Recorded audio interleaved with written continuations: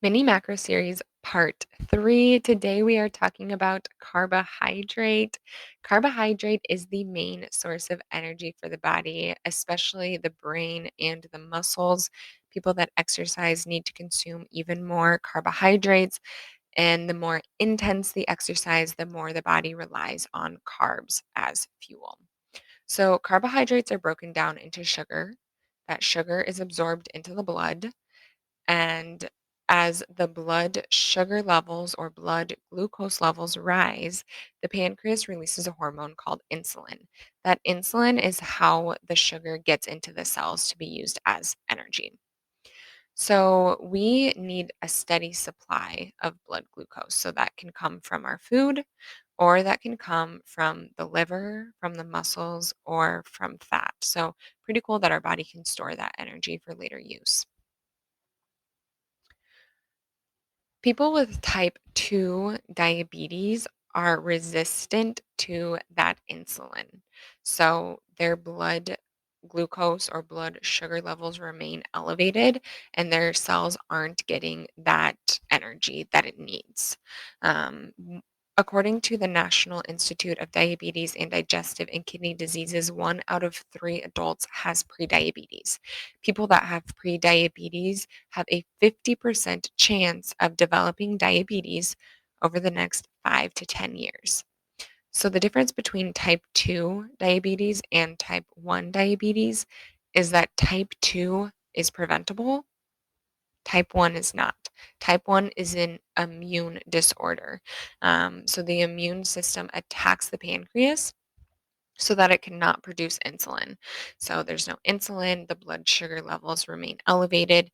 That's why people with type 1 diabetes have to inject insulin so that they can keep their blood sugar within normal ranges. So great carbohydrate sources are vegetables, wheat, plant foods, and dairy foods as well.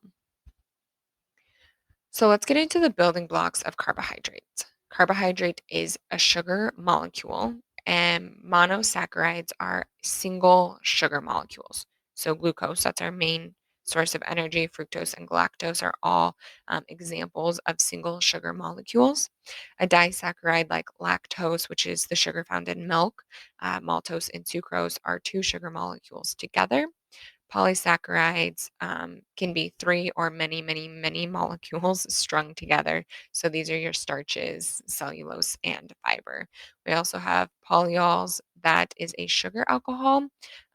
They are chemically similar to both sugars and alcohols, but they're not completely absorbed by the body. So these are typically like sweeteners or bulking agents.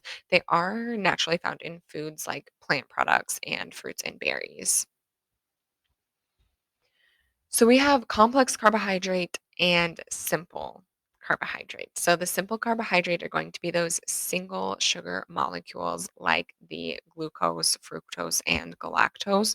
Complex carbohydrates are going to be your polysaccharides, like the starches, the cellulose, and the fibers. So complex carbohydrates are slower to digest, which helps keep that blood sugar within normal ranges because it doesn't spike. So the pancreas can keep up with that blood glucose, can keep up with the insulin production, and send that sugar to the cells to be used.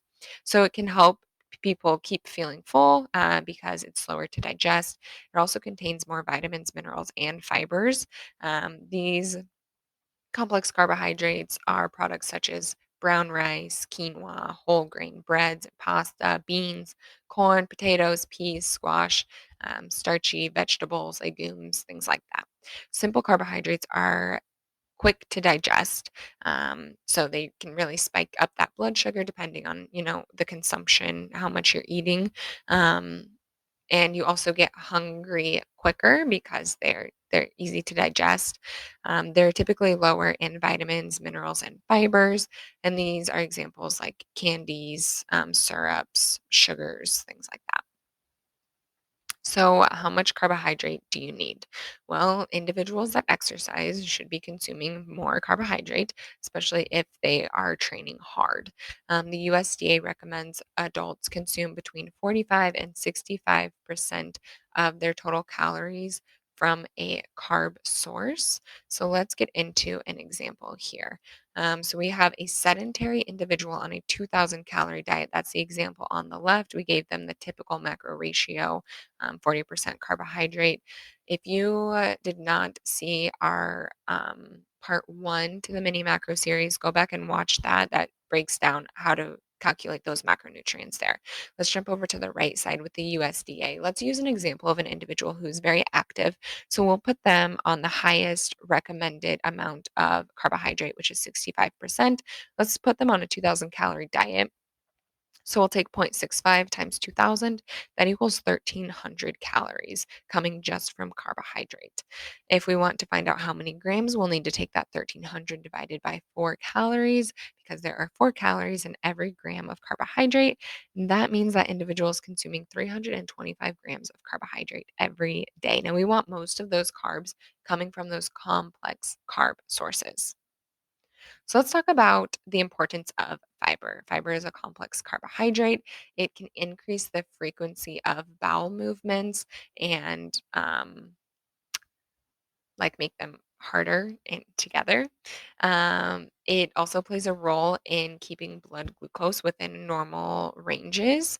It helps lower cholesterol as well. So, elevated blood glucose can lead to prediabetes. Elevated cholesterol can lead to heart disease. So, very, very important for our overall health to be consuming enough fiber. You can get high fiber sources from plants, beans, fruits, nuts, peas, vegetables, whole grains, things like that. Exercise is or carbohydrates are important for exercise. So, like I said, our body needs a steady supply of blood glucose. So, it's important to eat carbohydrates with every meal to avoid spikes and crashes. Those complex carbs will help with that as well. It is important to fuel your body before you work out. So, eating a complex carb, 2 to 4 hours before your workout, and then anywhere between 30 to 60 minutes post workout. If you're in the middle of a workout and feel like you need more energy, you can consume simple carbs, would be a great option for in the middle of a workout. The body gets tired because it runs out of energy. And the body uses glucose as its main source of energy, carbohydrate as its main source of energy. Um, so you're depleting all of your muscle glycogen stores. So it's important after you exercise to refuel those glycogen stores so that you can continue throughout your day. So we talked about, consuming a lot of simple carbohydrates, spiking the blood sugar for an extended period of time can lead to prediabetes, and excess calories in general can lead to weight gain. So just a couple of things to be cautious of when it comes to carbohydrates. Just a quick overview of everything. Carbohydrates are a very, very important energy source. You should be choosing complex carbohydrates over simple because they contain fiber, nutrients, and vitamins. Exercise requires an even higher intake of carbohydrate. And as always, you should find what works best for you. And I hope that from this recording, you realize the importance of carbohydrates, that the body needs them, and to please, please, please, please, unless directed by your physician, do not attempt a keto diet. Thank you for listening. Have a happy and healthy day.